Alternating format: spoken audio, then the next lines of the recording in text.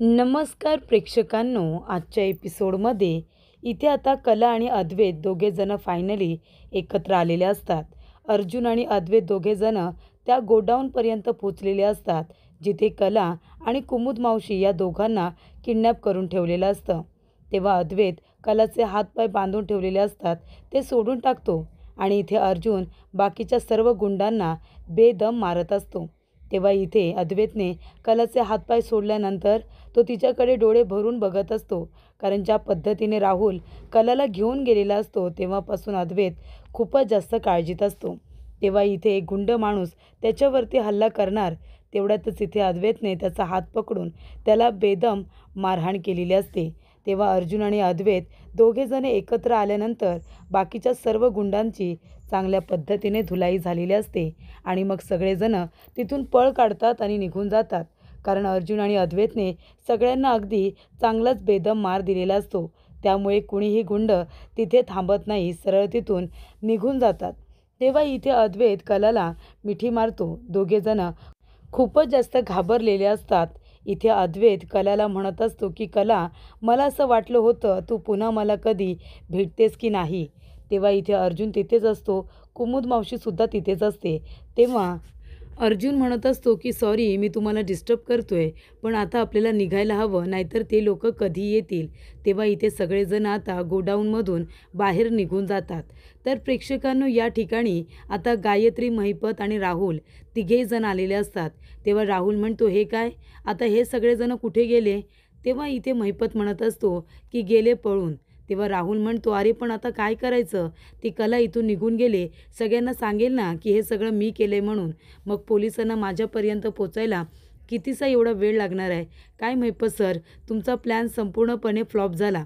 तेव्हा महिपत म्हणतो, अरे बच्चा आहेस तू बच्चा, तुला अजून माहिती नाही आहे की खेळाचे डावपेच कसे असतात ते. तेव्हा राहुल म्हणतो, म्हणजे. तेव्हा गायत्री म्हणत असते, राहुल, अरे कला कुमुद मावशीला इथून पळून घेऊन गेलेली नाही आहे, तर महिपतने त्या लोकांना इथून पळून जाऊन दिलंय. तेव्हा इथे राहुल म्हणतो, म्हणजे मला कळत नाही आहे. तेव्हा गायत्री म्हणते, याचा अर्थ महिपतने स्वतः त्या लोकांना इथून जाऊ दिलंय, जेणेकरून ती कुमुद मावशी कलाबरोबर सुभेदारांच्या घरी जावी. कारण महिपत म्हणत असतो, ती कुमुद मावशी खरी नाही आहे, ती माझ्या टीममध्ये काम करणारी एक बाई आहे, खोटी कुमुद, आणि खरी कुमुद आपल्याबरोबर इथेच आहे. तेव्हा महिपत आवाज देतो आणि म्हणतो, मावशी. तेव्हा इथे आता खरी कुमुद आतमध्ये आलेली असते, तर कला ज्या बाईला आपल्याबरोबर घेऊन गेलेली असते ती खोटी कुमुद असते.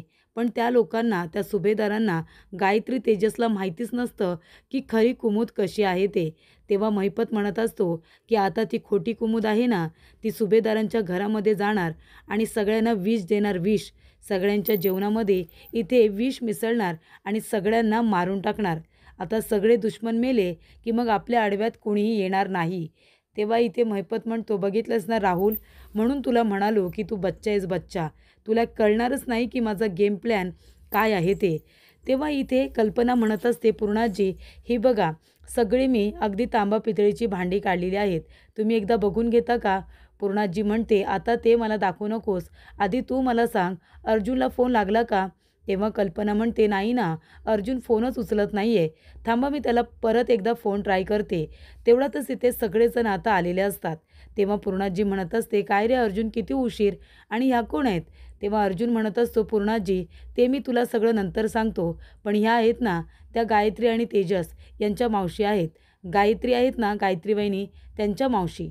तेव्हा ह्या कुमुद मावशी यांच्याबरोबर इथेच राहणार आहेत. तेव्हा पूर्णाजी म्हणते, काही हरकत नाही, राहू दे त्यांनासुद्धा, त्या थकल्या असतील, त्यांना रूममध्ये जाऊन आराम करू दे. तेव्हा अर्जुन म्हणत असतो, विमल, तुला मी एक रूम साफ करायला सांगितली होती. तेव्हा विमल म्हणते, हो दादा, मी रूम साफ करून ठेवली, चला तुम्ही माझ्याबरोबर, मी तुम्हाला तुमची रूम दाखवते. तेव्हा विमल कुमुद मावशीला आपल्या रूममध्ये घेऊन जाते. त्यानंतर इथे आता कल्पना म्हणत असते की बरं, तुम्ही सगळेजण फ्रेश होऊन घ्या. पूर्णाजी म्हणते, तुम्ही सगळेजण थकला असाल ना, जा आपापल्या रूममध्ये जाऊन आराम करा. आपल्याला इथे कृष्ण जन्माष्टमी निमित्ताने खूप तयारी करायची आहे, आपल्याकडे कार्यक्रम आहे. तेव्हा तुम्ही सगळेजण आपापल्या रूममध्ये जा आणि थोडा वेळ आराम करा. त्यानंतर प्रेक्षकांनो, इथे पूर्णाजीसुद्धा आपल्या रूममध्ये निघून जाते. तेव्हा सायली पदर खोचून लगेच कामाला सुरुवात करणारच असते. तेवढ्यातच तिथे मधुभाऊ येतात. मधुभाऊ म्हणत असता, साऊबाळा अगं किती थकली आहेस तू? तेव्हा सायली म्हणते, हो ना मधुभाऊ, पण आता थकले म्हणून आता आराम करता येणार नाही, सगळी तयारी करायची आहे ना. तेव्हा सायली म्हणत असते, मधुभाऊ मी तुम्हाला कुठेही जाऊ देणार नाही, आज रात्री तुम्ही इथेच थांबा. तेव्हा मधुभाऊ म्हणतात, नाही साऊबाळा, थांबता येणार नाही, मला जावं लागेल. तुझ्याशी थोडं महत्त्वाचं बोलायचं होतं म्हणून इथे आलोय, पण तुझ्याकडे बघूनच कळतंय तू किती थकलीस ते. तेव्हा सायली म्हणते, हो ना भाऊ, खूपच जास्त मी थकली आहे, पण तुमच्या जर मांडीवरती डोकं ठेवलं ना आणि हळूवारपणे तुम्ही माझ्या डोक्यावरून हात फिरवलात तर माझा थकवा कुठल्या कुठे निघून जाईल. आईच्या मायेचा स्पर्श कसा असतो ते मला माहिती नाही आहे मधुभाऊ, पण तुम्ही माझे आई आणि वडील दोघेही तर तुम्हीच होता ना, तुम्हीच मला आईची माया दिलीत. तेव्हा मधुभाऊ खूप इमोशनल होतात आणि मधुभाऊ सायलीच्या डोक्यावरून हात फिरवतात आणि म्हणत असतात की साऊबाळा, अगं मनातल्या मनातच मधुभाऊ म्हणतात की साऊबाळा, तुझे आई वडील तुला लवकरात लवकर मला मिळून द्यायचे आहेत, पण अजून माझ्याकडे कुठलाही ठोस पुरावा नाही आहे, त्यामुळे मी आता काहीच बोलू शकत नाही आहे. आणि तू सुद्धा इतकी थकली आहेस, तुला कामंसुद्धा आहेत, तेव्हा आता मी तुझ्याजवळ कुठल्याही गोष्टीबद्दल बोलणार नाही आहे, असं मधुभाऊ म्हणत असतात. तेव्हा इथे मधुभाऊ म्हणतात, साऊबाळा आता मी जातोय. तेव्हा ते सायलीच्या डोक्यावरून हात फिरवत असतात आणि त्यांना खूपच जास्त रडायला येत असतं. तेव्हा सायली म्हणते, मधुभाऊ काय झालं? तुम्ही इतके का अस्वस्थ झालात? सांगा बरं, काय बोलायचं आहे तुम्हाला? मधुभाऊ म्हणतात, काही नाही, आता मी जातोय, उद्या येईन ना तेव्हा तुझ्याजवळ बोलेन. तेव्हा मधुभाऊ निघून जातात. सायली म्हणत असते की मधुभाऊ जाता जाता इतके इमोशनल का झाले आणि इतके हळवे का झाले ते, आणि मला सुद्धा इतकी हुरहुर का वाटते, मधुभाऊंना माझ्याशी काय बोलायचं असेल. तेवढ्यातच प्रेक्षकांनो, इथे कुमुद मावशीला गायत्रीने गोडाऊनमध्ये बांधून ठेवलेलं असतं. गायत्री म्हणत असते की बरं झालं हा प्लॅन आपण केला, आता या प्लॅनमुळे आहे ना सगळेजण अडकणार. तेव्हा इथे महिपत म्हणत असतो, गायत्री मॅडम तुम्ही खरं तर आहे ना कुमुद नावाचं कोलीत दिलं माझ्या हातात, कोलीत. कारण आता हे कोलीत मी सुभेदारांच्या घराला लावणार आणि अख्खं घर उद्ध्वस्त करून टाकणार. तेव्हा गायत्री म्हणत असते, अहो पण ती बाई तुमच्या विश्वासातली आहे ना, काम करेल ना ती आपलं. तेव्हा इथे महिपत म्हणतो, 113%. अहो माझी माणसं सगळी कामाची आहेत, तुम्ही नका काळजी करू. ती सुभेदारांच्या घरामध्ये खोटी आता कुमुद गेली आहे ना, ती खोटी कुमुद पूर्णपणे आता सुभेदार घर उद्ध्वस्त करून टाकणार. त्यांच्या जेवणामध्ये आहे ना सगळ्यांच्या विष पेरणार, विष. मग सगळे सुभेदार ते जेवण जेवतील आणि मग सगळे थोड्याच वेळानंतर ढगात. तुम्ही नका काळजी करू. अहो ही कुमुद म्हणजे आपल्यासाठी लागलेली लॉटरी आहे, लॉटरी. असं आपल्याला त्यांच्या घरामध्ये जाता आलं नसतं, पण आता कुमुद मावशी तर घरामध्ये गेली आहे, पण खरी कुमुद मावशी इथे आहे आणि खोटी कुमुद मावशी तिथे संपूर्णपणे सुभेदार आणि त्याचबरोबर आपले जेवढे वैरी आहेत ना, जेवढे दुश्मन आहेत तेवढे तिथे उद्ध्वस्त होणार, हे मात्र नक्की. त्याचबरोबर प्रेक्षकांनो, इथे आता तेजस आणि मानसी दोघेजण खोट्या कुमुदबरोबर बोलायला आलेले असतात. तेजस आणि मानसीला माहितीच नसतं की खरी कुमुद कशी दिसते ते. त्यामुळे इथे तेजस म्हणत असतो, काय नमस्कार कुमुद मावशी, ठीक आहात ना तुम्ही? मी तेजस, गायत्री वहिनी आहेत ना त्यांचा दीर. तेव्हा इथे ही मानसी माझी बायको. तेव्हा इथे आता कुमुद ज्या पद्धतीने बोलत असते त्या पद्धतीने खोटी कुमुदसुद्धा बोलत असते. तो आला, तो आला. तेव्हा इथे मानसी म्हणत असते, कुमुद मावशी तुम्ही कुणाला बघून घाबरताय का? हे बघा घाबरू नका, हे सुद्धा आपलंच घर आहे. तेव्हा इथे तेजस म्हणत असतो की गायत्री वहिनीचे नातेवाईक शोभतायत ना. गायत्री वहिनीसुद्धा डोक्यावरती पडल्यात आणि कुमुद मावशीसुद्धा डोक्यावरतीच पडल्यात. तेव्हा मानसी म्हणते, गप्प बसा. तेव्हा इथे मानसी म्हणत असते, कुमुद मावशी तुम्ही गायत्री वहिनी आणि छायाताई यांना ओळखता का? तेव्हा कुमुद मावशी म्हणते, छाया छाया आणि गायत्री, गायत्रीवरती छाया खालती, छायावरती गायत्री खालती, असं इथे खोटी कुमुद आता नाटक करत असते. तेव्हा इथे मानसी म्हणत असते, अरे देवा, यांच्याजवळ आपण आता कसं बोलायचं? तेव्हा मानसी म्हणते, कुमुद मावशी सांगा ना, तुम्ही गायत्री वहिनी आणि छायाताई यांना ओळखता का? म्हणजे तुम्ही कुठे राहता आणि तुम्हाला सांभाळतं कोण? कोण कोण असतं तुमच्याबरोबर? तेव्हा कुमुद मावशी चिडते आणि म्हणते, तो आला, त्याला जायला सांग, त्याला जायला सांग. तेव्हा मानसी म्हणते, काय होते तुम्हाला? तुम्हाला कसला त्रास होतोय का? प्लीज तुम्ही शांत व्हा. बरं बरं ठीक आहे, तुम्ही आराम करा, आम्ही तुम्हाला आता त्रास देत नाही, आम्ही तुमच्याबरोबर नंतर बोलतो हां. तेव्हा इथे कुमुद आता एक छोटं भांडं फेकून मारते. तेवढ्यातच तेजस ते पकडतो आणि म्हणतो, अगदी गायत्री वहिनींच्या नातेवाईक शोभतायत, त्यांनासुद्धा राग आल्यानंतर वस्तू फेकायची सवय आहे आणि इथे बघा या मावशीने सुद्धा वस्तू फेकल्या, बरोबर ना? तेव्हा मानसी म्हणते, चला चला इथून चला, ते ठेवा बरं तिथे. आणि दोघेही आता खोट्या कुमुदला तिथेच ठेवून बाहेर निघून जातात. तर प्रेक्षकांनो, मधुभाऊ आता वात्सल्य आश्रमात परत जायला निघालेले असतात. मधुभाऊ म्हणत असतात की माझ्या साऊबाळाला तिचे आई वडील मला लवकरात लवकर मिळवून द्यायचे आहेत. माझ्या साऊबाळावरती खूपच जास्त अन्याय झालाय. तिचे आई वडील असताना देखील तिला ते माहितीच नाही आहेत. त्याच्यामुळे आता माझ्याकडे जोपर्यंत ठोस पुरावा येत नाही तोपर्यंत मी कुणाला काही सांगूसुद्धा शकत नाही आहे. तेव्हा मधुभाऊ म्हणतात की आश्रमामध्ये माझ्याकडे साऊबाळाचा लहानपणीचा एक तरी फोटो असेल. तो फोटो मी सगळ्यांना दाखवेन आणि सांगेन की ही तुमची सायली आहे म्हणून. सायली हीच तुमची तन्वी आहे. म्हणजे सगळ्यांना माझ्यावरती विश्वास बसेल, असं मधुभाऊ म्हणतात आणि आश्रमामध्ये जाऊन आता सायलीचं गाठोडं शोधणार असतात. तर प्रेक्षकांनो, इथे अर्जुन म्हणत असतो की बायको, अगं थोडा वेळ बस ना, थोडा आराम तरी कर. तेव्हा इथे सायली म्हणत असते, नाही हो, आज बघितलंत ना, संपूर्ण दिवस आपला सगळा बाहेरच गेला. आईंवरती सगळं काही पडलं. आईसुद्धा थकल्या असतील ना, मग आता मला कामं उरकायला नकोत का? तेव्हा अर्जुन म्हणतो, बरोबर आहे तुझं, पण बायको अगं तूसुद्धा थकलीस. थोडा वेळ बस, आराम कर आणि हे घे चॉकलेट. हे चॉकलेट खाल्लंस ना की तुझा संपूर्ण थकवा निघून जाईल. घे बरं. तेव्हा सायली म्हणते, अहो माझा थकवा निघून जाईल हो, पण मला मधुभाऊंच्या थकव्याची काळजी वाटते. मधुभाऊ इथे आले होते ना, ते खूपच जास्त टेन्शनमध्ये दिसले. त्यांना माझ्याशी खूप काही महत्त्वाचं बोलायचं आहे असं मला त्यांच्याकडे बघून वाटत होतं. ते कसल्या टेन्शनमध्ये असतील का? तेव्हा अर्जुन म्हणत असतो, बायको तसं काही नाही आहे. जर तसं काही असतं तर मधुभाऊ तुला बोलले असते. नको काळजी करू, तू चॉकलेट खा आणि थोडा वेळ आराम कर. तेव्हा मधुभाऊ आता आश्रमामध्ये आलेले असतात. ते आता सगळ्यांच्या नावाची गाठोडी वाचत असतात. सगळ्यांच्या नावाची गाठोडी तर असतात, फक्त सायली आणि तन्वी म्हणजे सायली आणि प्रिया या दोन नावाची गाठोडी तिथे नसतात. तेव्हा मधुभाऊ म्हणतात, हे काय, बरोबर सायली आणि त्याचबरोबर प्रिया ही दोन नावाची गाठोडी कुठे आहेत? म्हणजे आम्ही इथे नसताना पोलिसांनी खूपच जास्त उचलापाचल केलेली दिसते. तेव्हा कुसुमताई येते आणि म्हणते, मधुभाऊ काय झालं, काय शोधताय? मधुभाऊ म्हणतात, अगं काही नाही, मी माझं पुस्तक शोधतोय. तेव्हा इथे कुसुम म्हणते, अहो ते इथे कुठे पुस्तकं आहेत, इथे तर मुलांच्या जुन्या वस्तू आहेत ना. तेव्हा मधुभाऊ म्हणतात, माहिती आहे मला, तू नको सांगू मला, जा बरं तू इथून. तेव्हा इथे कुसुम लगेच तिथून निघून जाते. मधुभाऊंचा पारा चढलेला असतो. मधुभाऊंना आधीच ते गाठोडं सापडत नसतं. त्यांना असं वाटत असतं की बरोबर प्रियाचं आणि सायलीचं गाठोडं कसं गायब आहे? बाकीच्यांची तर गाठोडी आहेत, म्हणजे माझ्या सायलीबरोबर नक्कीच काहीतरी अन्याय झाला आहे, हे मात्र नक्की. तेव्हा प्रेक्षकांनो, इथे तेजस म्हणत असतो, हे काय झालं? म्हणजे त्या कुमुद मावशी काही बोलायलाच तयार नाही आहेत. सेम टू सेम गायत्री वहिनींसारख्याच वागतायत. आता त्यांच्याकडून आपण सत्य कसं काय जाणून घ्यायचं? तेव्हा मानसी म्हणत असते, हे बघा तुम्ही शांत बसा, आपण त्यांना थोडा वेळ देऊया. नंतरला मी त्यांच्याकडे जाते आणि त्यांच्याकडून बरोबर हळूवारपणे सगळं सत्य जाणून घेते की नाही बघाच तुम्ही. तेव्हा तेजस म्हणतो, मला नाही वाटत त्यांना काही आठवत असेल. बघितलंत ना तुम्ही कशा पद्धतीने बोलत होत्या, तो बघ आला, तो बघ आला, कसं काही त्या सत्य सांगणार आहेत? तेव्हा इथे मानसी म्हणते, पण त्यांना छायाताई आणि गायत्री वहिनी या दोघीजणी लक्षात आहेत ना, मग त्यांच्याकडून मी सत्य बरोबर काढून घेते. तेव्हा इथे तेजस म्हणतो, नाही नको नको, अहो तुम्ही नका जाऊ, तुम्ही बघितलंत ना त्या कशा वागतायत ते. तेव्हा मानसी म्हणते, का तुम्हाला काय वाटतंय मी त्यांच्याकडून सत्य जाणून घेणार नाही असं वाटते का तुम्हाला? मला त्यांच्याजवळ बोलता येणार नाही का? तेव्हा तेजस म्हणतो, नाही मी असं कुठे म्हणालो, हे बघा तुम्ही खूपच जास्त थकलाय, मला असं वाटतंय तुम्ही थोडा वेळ आता आराम करा. तेव्हा मानसी म्हणते, मी थकले, मी करेन आराम, तुम्ही नका मला सांगू. तेव्हा तेजस म्हणतो, पण तुम्ही माझ्यावरती का रागवताय?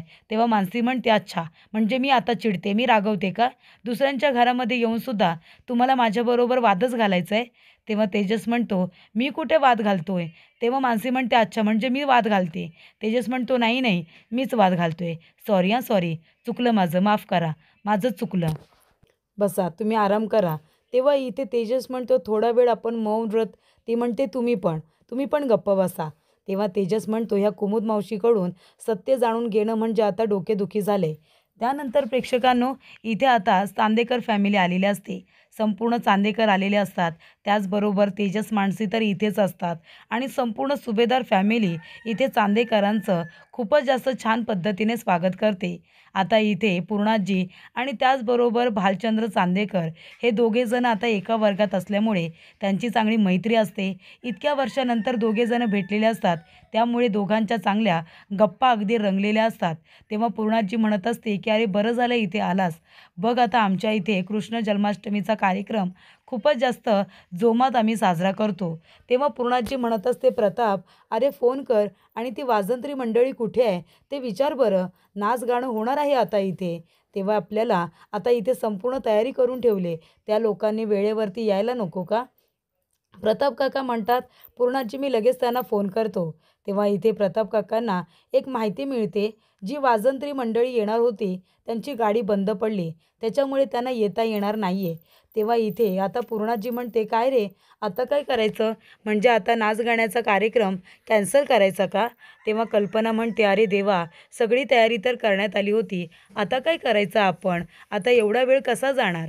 तेव्हा प्रेक्षकांनो, इथे आता सायली म्हणत असते, आई तुमची काही हरकत नसेल तर कार्यक्रम कॅन्सल कशाला करायचा? आम्ही आहोत ना, आम्ही डान्स करू. हो की नाही गं कला? तेव्हा कला म्हणते, हो चालेल ना. म्हणजे इथे अद्वैत लगेच कलाकडे बघायला लागतो. तेव्हा कला म्हणत असते, म्हणजे तुमची काही हरकत नसेल तर आम्ही डान्स केला तर तुम्हाला चालेल ना? तेव्हा इथे कल्पना म्हणते, हो चालेल ना, त्यात काय, आम्हाला तर आवडेल. पूर्णाजी म्हणते, चालेल नाही, आम्हाला तर धावेल, तुम्ही जर डान्स करणार असाल तर. तेव्हा कल्पना म्हणत असते, मानसी, कला आणि सायली, जा तुम्ही तिघीजणी लवकरात लवकर तयारी करून या. तुम्ही जर असाल डान्स करायला तर उत्तमरित्या कार्यक्रम पार पडला जाईल. तेव्हा इथे अनामिका सूत्रसंचालन करत असते. प्रत्येक जोडी आता कोण कोण येणार आहे हे ती सांगत असते. तेव्हा पहिली जोडी येणार असते अर्जुन आणि सायली. तेव्हा अर्जुन सायली दोघेजण आधी येतात. खूपच उत्तमरीते इथे आता दोघेजण डान्स करत असतात. खूपच जास्त छान असा अर्जुन आणि सायली दोघेजण डान्स करतात. तेव्हा इथे सगळेजण टाळ्या वाजवतात आणि दोघांचं भरभरून कौतुक करतात. इथे आता कृष्ण जन्माष्टमी असल्यामुळे त्यांचीच सगळी गाणी इथे वाजत असतात. तेव्हा इथे आता गायत्री म्हणत असते, महिपत तुझ्यावरती विश्वास ठेवते मी, पण तुझी माणसं काम करतील ना? तेव्हा महिपत म्हणतो, तू अजिबात माझ्यावरती अविश्वास दाखवू नकोस, काम झालंच म्हणून समज. आणि बघ गायत्री मॅडम, अहो तुम्ही मला आता कुमुद मावशींचा जो पत्ता दिलात ना, म्हणजे खरंच जळतं कोळीत दिले तुम्ही माझ्या हातामध्ये. आता हे जळतं कोळीत मी सुभेदारांच्या घरामध्ये नेतो, म्हणजे त्यांचं अन्नपूर्णा निवास आहे ना, ते पेटून देतो की नाही बघाच तुम्ही. तेव्हा गायत्री म्हणते, नाही ते सगळं ठीक आहे, पण आपल्या धंद्यात कसं असतं, एक हात से दो, एक हात से लो, बरोबर ना? मी तुमची मदत केली आहे, पण तुम्ही माझी काय मदत करणार? तेव्हा महिपत म्हणतो, की जेव्हा कधी मला तुमची गरज असेल, तेव्हा मी तुम्हाला फोन करेनच. पण जेव्हा तुम्हाला माझी गरज असेल ना, तेव्हा तुम्ही फक्त एक फोन करायचा. तेव्हा हा महिपत शिकरे हजर असेल. अजिबात काळजी करू नका.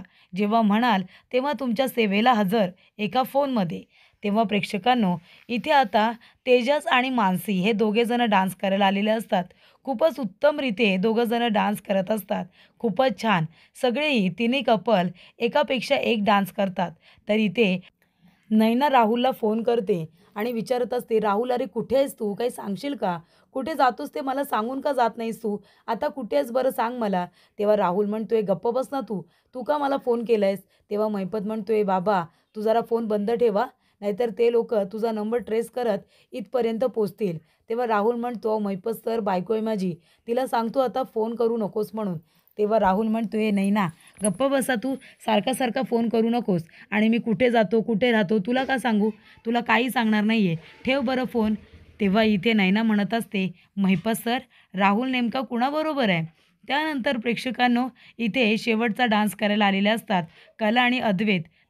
दोघेजण खूपच जास्त छान असा डान्स करतात. इथे स्टार्टिंग आणि एंड अगदी उत्तम झालेला असतो. सगळेजण तिन्ही जोड्यांचे भरभरून कौतुक करतात, अगदी टाळ्या वाजवतात. त्यानंतरला इथे 3 जोड्या आता एकत्र आलेल्या असतात. एकत्र येऊन आता डान्स करत असतात. त्यामुळे कृष्ण जन्माष्टमी ही जी काही रात्र असते ती उत्तमरित्या साजरी झालेली असते. त्यानंतर प्रेक्षकांनो, पुढील भागामध्ये इथे अर्जुनला आता बेडवरती एक चिठ्ठी सापडते. त्या चिठ्ठीमध्ये असं लिहिलेलं असतं, की इथे आता सुभेदारांच्या घरामध्ये खूप मोठा बॉम्बस्फोट होणार आहे, असं त्याच्यात लिहिलेलं असतं. तेव्हा अर्जुन खूपच जास्त घाबरतो. त्याला असं वाटतं, हा मेसेज कुणी लिहिला असेल? होणार पूजा, होणार आरती, मग मृत्यूचा मिळणार धोट, शिजला मसालेदार बेत, सुभेदारांच्या घरात होणार बॉम्ब स्फोट असं त्याच्यामध्ये लिहिलेलं असतं. तेव्हा इथे अर्जुन हे लगेचच आता जे लोक बॉम्ब शोधून काढतात त्या लोकांना बोलावलेलं असतं आणि ते लोक आता सगळीकडे चेक करत असतात. कुठे बॉम्ब आहे का ते सगळं आता चेक करून काढत असतात. पण इथे आता कुठेही त्यांना बॉम्ब सापडत नसतो. तेव्हा अर्जुन विचारतो, "सापडलं का बॉम्ब? कुठे आहे बॉम्ब? काही सापडलं का?" तेव्हा इथे शोध सुरू असतो. अर्जुन खूपच जास्त टेन्शनमध्ये आलेला असतो. कारण इतके लोकं त्याच्या घरामध्ये असतात आणि त्याच वेळेला ही धमकी त्यांना आलेली असते.